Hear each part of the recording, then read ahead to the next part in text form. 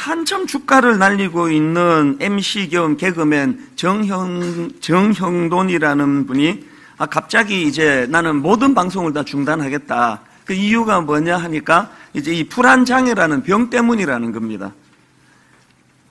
이분이 이런 선언을 하기 얼마 전에 이제 모 프로에 출연을 해가지고 이런 말들을 했다는 걸 제가 글로 읽고 참 마음이 아팠습니다. 나는 불안장애를 앓고 있다. 실력에 비해 너무 잘 되다 보니 미천이 드러날까 두렵다. 내 능력 밖에 복을 가지려고 하다가 잘못될 것 같다는 생각이 든다. 이런 내용의 이야기를 본인이 했다는 겁니다. 심지어는 자기가 앞에서 뭔 이야기를 하면은 그 웃으면서 자기 이야기를 경청하는 그 사람이 갑자기 돌변해가지고 자기를 칼로 찌를 것 같다는 그런 망상에 시달리기도 한다는 겁니다. 그게 얼마나 이 마음이 힘들었겠습니까? 제가 이분에 관한 기사나 또 글들을 제가 쭉 살펴보기를 원했던 것은요, 주위를 둘러보면은 이런 불안장애로 힘들어하는 사람들이 생각보다 많습니다. 보건복지부에 따르면은 2014년도를 기준으로 우리나라에서 불안장애를 겪고 있는 사람이 무려 12.3%, 그러니까 우리나라뿐 100명 중에 12명이 넘는 사람들이 정형돈이라는 이분과 같은 지금 증상을 가지고 있다는 겁니다. 이것도 놀라운데요. 이 수치는 지난 5년 전에 비해 가지고 무려 28.4%나 증가한 수치라는 거예요. 지금도 이 불안장애를 앓고 있는 분이 막 굉장히 많은데 점점 많아지고 있는 상황이라는 겁니다. 이게 참 실감이 나는 그런 일을 제가 2주 전에 겪었습니다. 제가 이 시간에 이제 설교하면서 지금은 겨울나무처럼 버텨야 한다. 또 그게 참 아름답다. 그래서 한 청년이 제게 왔을 때 자기를 힘들어할 때 무슨 소리냐, 지금 네 모습이 너무 아름답다. 1월에 그 혹독한 버텼던 겨울나무가 있었기에 4월에 그 화려한 그 봄나무가 가능했던 거 아니냐, 이런 제가 말씀을 드렸던 기억나실 것입니다. 그런데 그 설교가 얼마나 그 반향을 일으키는지 요 근래에 그렇게 많은 반향은 제가 처음 봤다 할 정도예요. 막 여기저기서 메일이 오고 또 그 내용을 따가지고 막 그 기독교 포털 사이트에서는 막 퍼날르고 또 외국에서 신앙생활하는 우리 교회 성도들이 막 연락이 오고 메일이 오고, 그래서 제가 그 굉장히 좀 인상적이었습니다.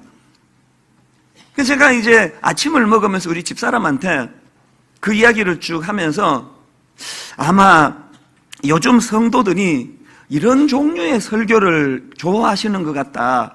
제가 그렇게 이야기를 했더니 이 밥을 먹다가 앞에 있던 제 아내가 갑자기 정색을 하면서 하는 말이 왜 그렇게 생각하느냐고.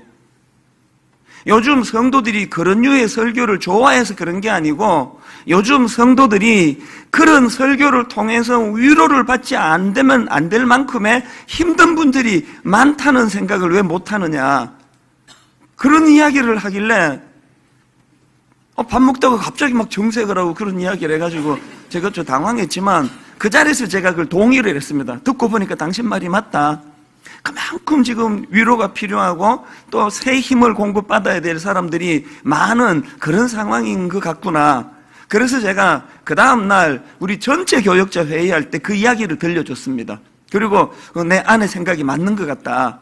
그래서 우리가 다 지치고 힘들지만 우리 다 힘내가지고 이 성도들을 잘 섬기는 이런 일에 좀 더 달려가는 그런 우리 교회 교역자가 되면 좋겠다. 그런 걸 같이 나눈 적이 있었습니다. 새해를 맞아가지고도 뭐 그렇게 희망적이고 낙관적인 소식은 잘 들려지지 않습니다. 맨날 나오는 이야기는 더 어려우실 것이다. 경제도 더 힘들고 사회는 더 복잡하고 정치도 뭐 더 어려워지고 이런 이야기가 쏟아지고 있는데요.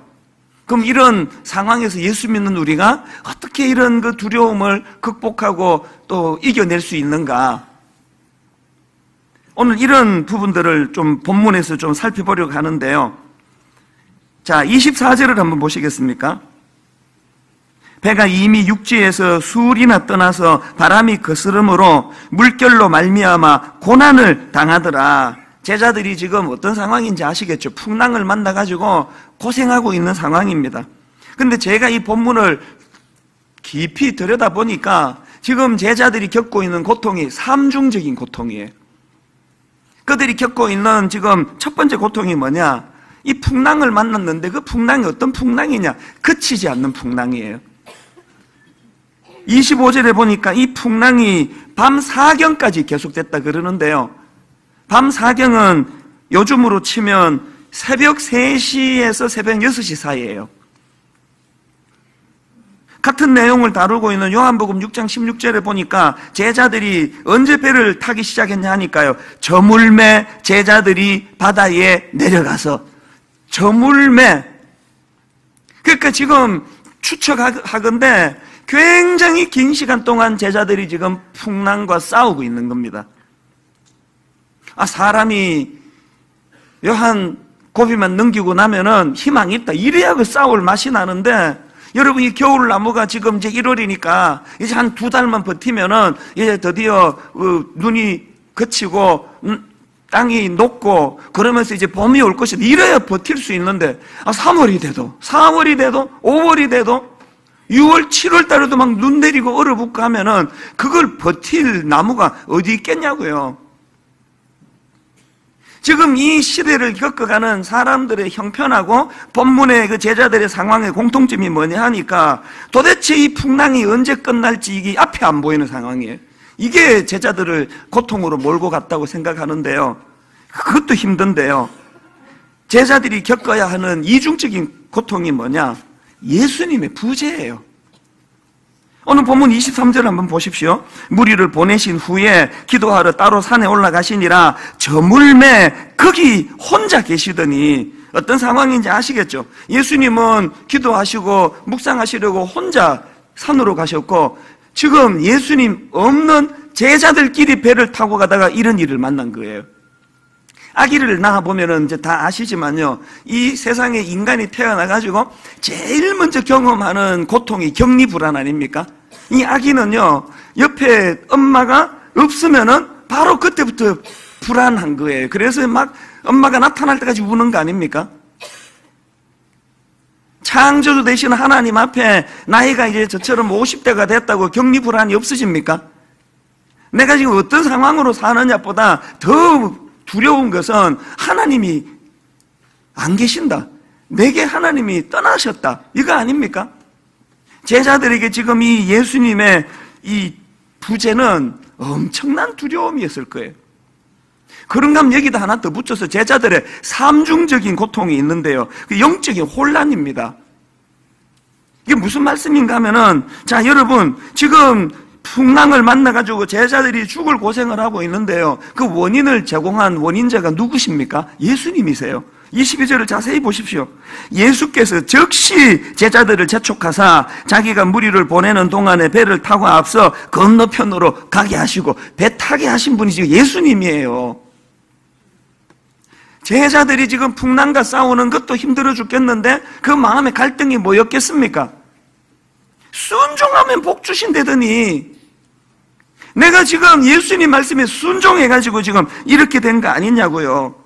그리고 여러분 그 제자들 입장에서 예수님이 얼마나 원망스럽겠습니까?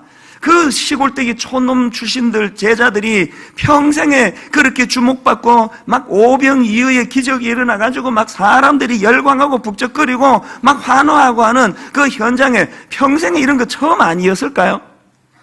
예수님만 아니면 그 추억의 자리에서 밤새도록 그렇게 그냥 영웅 대접을 받으면서 멋진 하루를 보낼 수 있었는데 예수님이 계속 채근하면서 즉시 제자들을 재촉하면서 데리고 가는 바람에 그 광야에서의 축제의 밤은 물거품처럼 사라지고 괜히 예수님 말씀에 순종했다가 죽을 고생을 지금 풍랑을 만나서 하고 있으니까 이게 지금 사람이 고생을 해도요 명분이 있고 이유가 있으면은 그 견딜 만한데 이런 경우는 이거 정말 이거 재미없는 거 아닙니까?